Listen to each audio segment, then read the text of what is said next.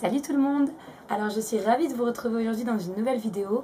Je suis désolée, j'ai une voix un petit peu pourrie, je sors d'un gros rhume en fait. Oui, la fille qui a réussi à tomber malade en plein mois de juillet, c'est moi.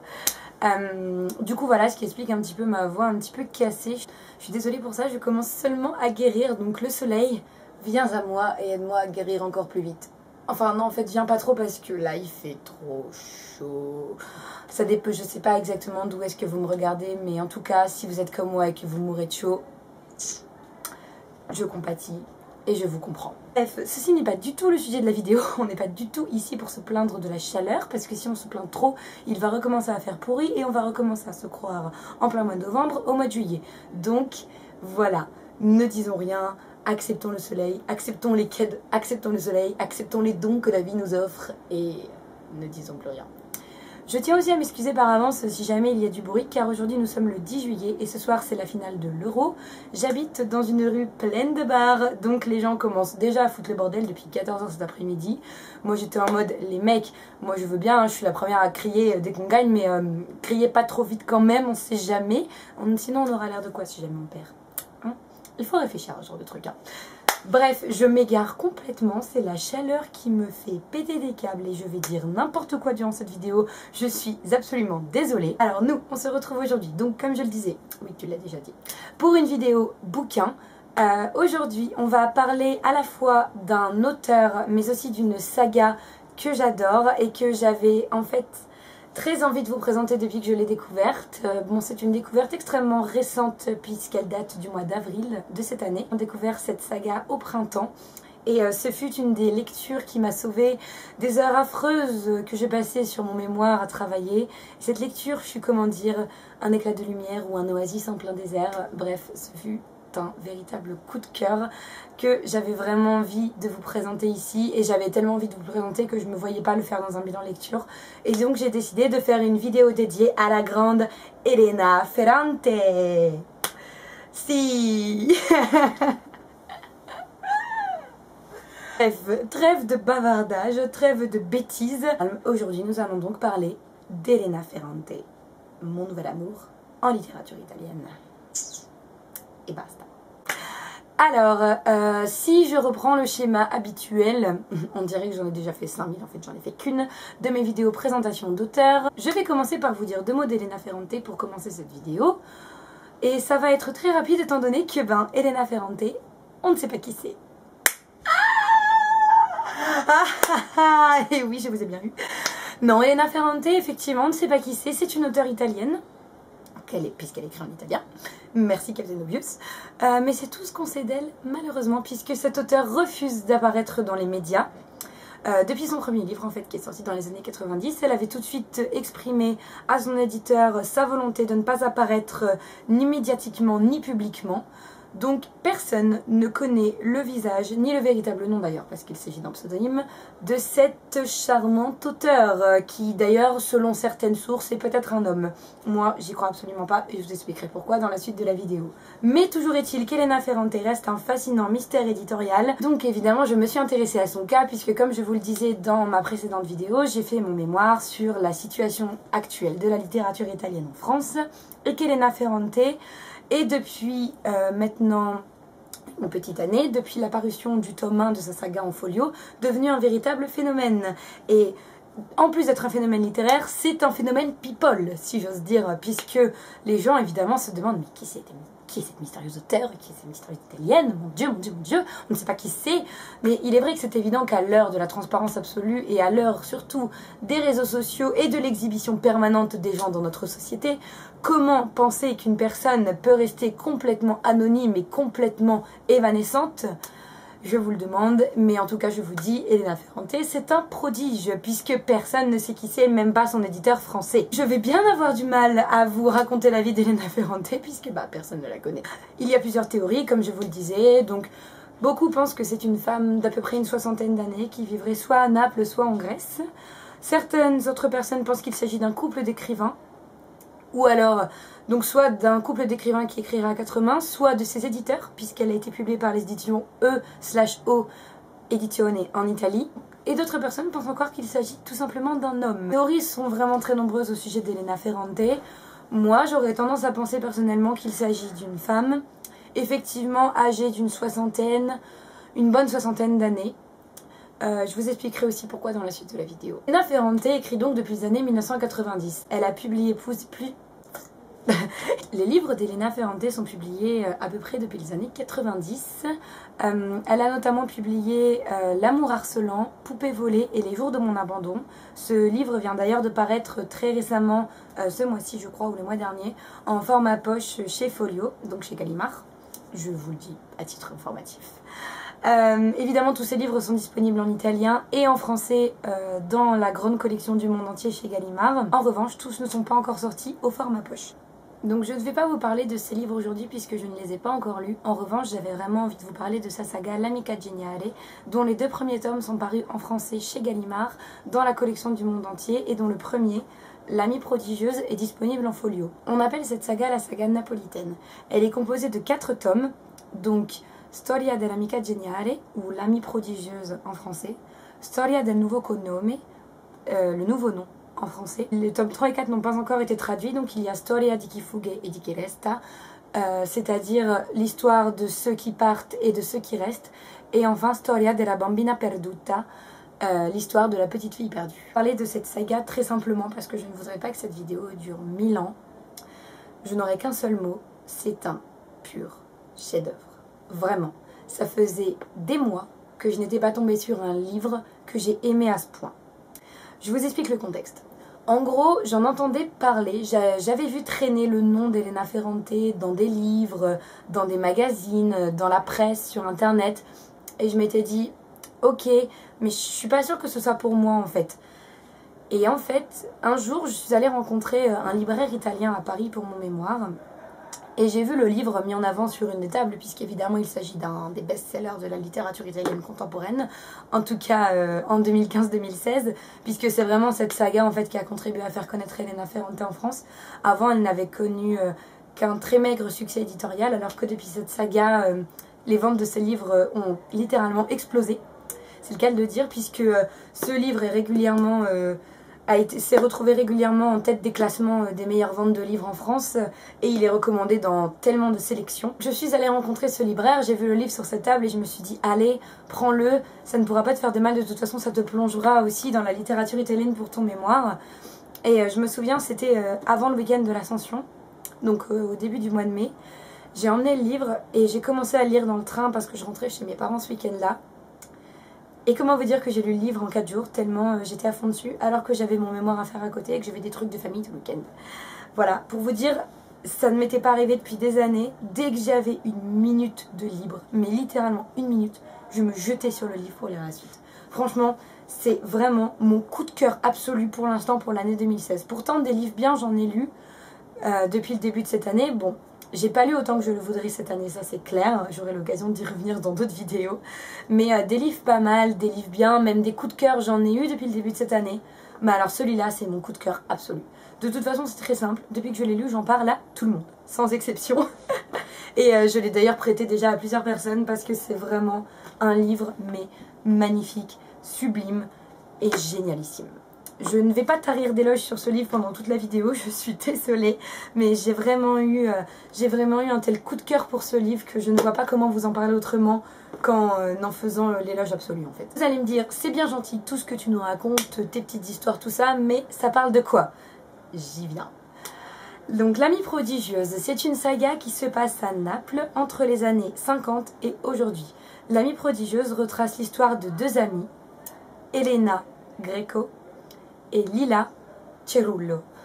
Son vrai nom c'est Raffaella, mais tout le monde l'appelle Lina, sauf Elena qui l'appelle Lila. Les romans sont écrits du point de vue d'Elena, à la première personne. C'est comme si c'était elle qui nous racontait en face à face l'histoire de son amitié avec Lila, tellement les mots sont justes et tellement l'histoire nous paraît vivante en fait. L'histoire quand vous ouvrez ce livre, l'histoire se déroule sous vos yeux. Vous avez vraiment l'impression d'être transporté à Naples dans ces années-là.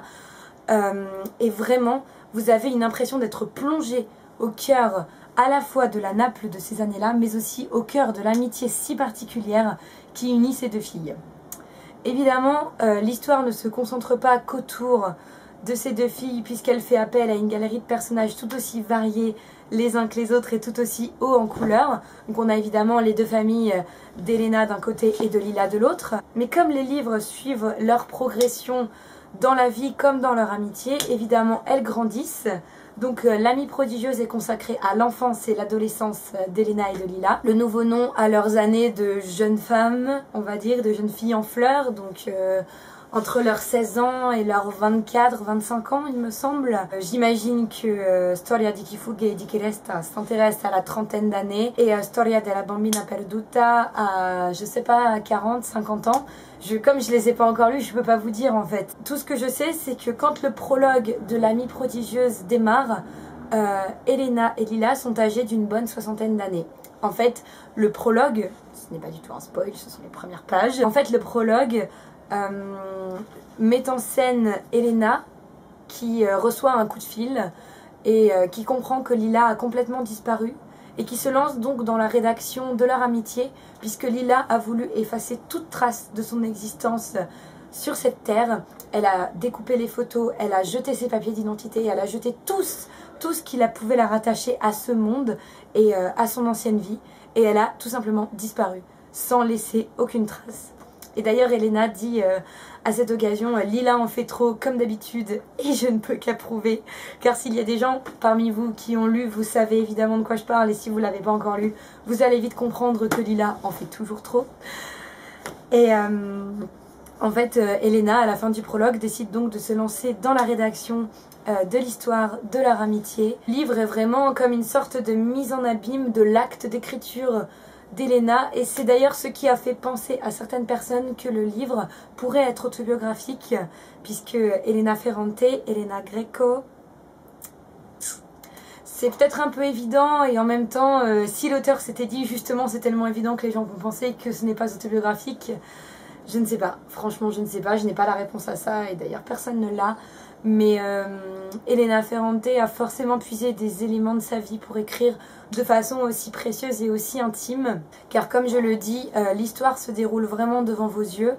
Et l'écriture d'Elena Greco, comme l'écriture d'Elena Ferrante, qui de toute façon se mêlent en une seule voix, font appel à tellement de précision, de délicatesse, de douceur. Et c'est une immersion complète et extrêmement profonde dans la psychologie d'une femme et c'est ça qui me fait penser qu'en fait il est impossible que ce soit un homme qui l'ait écrit parce que c'est tout simple en fait. Un homme ne peut pas avoir conscience à ce point de ce que peut ressentir une femme lorsqu'elle est confrontée au début de la puberté, au fait de grandir, au regard des hommes, au changement de son corps, aux sentiments amoureux. C'est impossible. Un homme ne peut pas savoir ça avec une telle précision. Ou alors, il est vraiment très fort. L'amie prodigieuse, comme le nouveau nom, vous plonge vraiment au plus profond de la psychologie d'Elena, car en fait, Elena et Lila entretiennent une amitié tellement étrange qu'Elena ne cesse de revenir à cette amitié lui pèse vraiment comme un boulet dont elle ne saurait se débarrasser, mais pas dans le mauvais sens du terme, juste dans le sens où Elena est viscéralement liée à cette amitié et donc à Lila. Et Lila qui est une personne mais tellement étrange, je ne sais pas comment la décrire, elle est passionnée, fusionnelle et en même temps elle est affreuse, elle est abominable. Elle fait des choses à Elena mais qui dépassent l'entendement quand on parle de meilleure amie. Il y a notamment quelque chose qu'elle fait dans le nouveau nom que je ne veux pas vous révéler mais que moi qui m'a traumatisée, mais je me suis dit mais comment on peut faire ça à sa meilleure amie? C'est pas possible, moi jamais de la vie je ferais ça à ma meilleure amie. Enfin voilà, j'avais même plus les mots en lisant le livre, je me suis dit mais comment c'est possible? Donc Elena décrit évidemment tout ce qu'elle ressent vis-à-vis évidemment de sa famille, vis-à-vis des hommes, vis-à-vis de l'école, vis-à-vis de tout cela, mais évidemment le sujet principal de sa vie et de ses émotions, ça reste Lila. Et Lila qui lui fait subir des choses, mais Elena la regarde. Le fait qu'en fait que le livre soit écrit du point de vue d'Elena nous donne vraiment son point de vue à elle et son ressenti à elle vis-à-vis de cette situation. Et Lila est décrite sous le prisme et sous le regard d'Elena. Et c'est ce qui donne justement au personnage de Lila un côté assez fascinant et relativement mystérieux. Parce qu'en fait Lila on n'arrive pas à la cerner, tellement justement elle agit bizarrement. Un jour, elle va être absolument la plus adorable, une crème de toutes les crèmes, et le lendemain, elle va devenir la pire peste que cette terre ait jamais portée, tellement elle se conduit mal. Elena Ferrante, en fait, dans L'Amie prodigieuse, déploie une palette d'émotions et de sentiments incroyables. On passe du rire, du fou rire absolu, aux larmes les plus atroces, au chagrin d'amour, à l'horreur, à la désillusion, à la déception, au choc, à la colère, à la rage, enfin à la haine la plus pure, la plus viscérale, et en même temps à l'amour le plus profond qui unit des personnes à l'amour le plus profond qui unira des personnes jusqu'à la fin de leur vie. C'est vraiment incroyable. Je vous jure, la palette d'émotions qu'elle déploie est vraiment incroyable. Son écriture également donc est magnifique. Ce n'est pas une écriture qui est forcément très compliquée, dans le sens où vous n'avez pas de mots compliqués.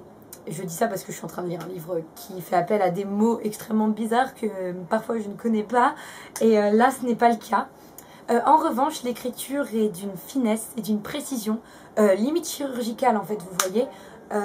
Elena Ferrante a construit son livre et son écriture autour de cette précision. Elle a vraiment voulu rendre coup pour coup et moment pour moment ce que peut ressentir une petite fille, une adolescente, une jeune fille, puis une jeune femme à différents stades de sa vie et à différents stades de son développement, qu'il soit aussi bien physique qu'émotionnel, que scolaire, toutes les facettes sont abordées. Et les personnages de ce roman sont vraiment fascinants. Que ce soit évidemment les deux filles, Elena et Lila, leur famille, mais aussi leurs amis. En fait, toutes les familles qui vivent dans le même quartier de Naples ont leur rôle à jouer dans ce livre et chaque protagoniste est important. Et en fait, les histoires ne font que se faire et se défaire entre les personnages, puisque un tel va sortir avec une telle, puis va se fiancer avec une telle, mais va ensuite la tromper avec une telle. Enfin, c'est un peu... J'irai pas jusqu'à vous dire que c'est Gossip Girl à Naples, parce que ce n'est pas du tout comparable, mais c'est vraiment une saga. Voilà, c'est la saga d'un quartier. Donc c'est la Naples des années 50 au début et c'est la Naples qui est très sale, qui est noire, qui est charbonneuse. En plus, Elena et Lila grandissent dans le quartier pauvre, donc elles ne connaissent même pas la mer, pour vous dire, elles ne l'ont jamais vue. Mais en revanche, c'est décrit avec tellement de précision et de finesse. Enfin, on a vraiment l'impression d'y être en fait. On a vraiment l'impression de se sentir italien et de se sentir italienne. Et ça, c'est vraiment une sensation formidable quand on lit un livre, je trouve. L'histoire, enfin, je ne peux pas vraiment vous la résumer dans la mesure où c'est une fresque qui se déploie donc sur une cinquantaine d'années en tout. Là où j'en suis arrivée, on est déjà à 25-30 ans. Je ne peux pas vous la résumer parce que je ne veux pas en fait vous spoiler le contenu, mais sachez que tous les thèmes sont abordés. Tout ce que vous pouvez imaginer est abordé et même ce que vous ne pouvez pas imaginer l'est aussi. Et vous aurez vraiment l'impression en fait d'être Elena, de voir le monde à travers ses yeux. De voir le monde à travers ses yeux et de vivre les expériences telles qu'elle les vit. C'est vraiment une sensation absolument incroyable que de lire ça. En tout cas, les chemins d'Elena et de Lila ne font que se croiser, puis se séparer, puis se recroiser. Il y a évidemment, comme dans toute amitié passionnelle et fusionnelle, des moments de flottement, des moments de haine, des moments d'interruption totale des communications, des moments d'amour fou.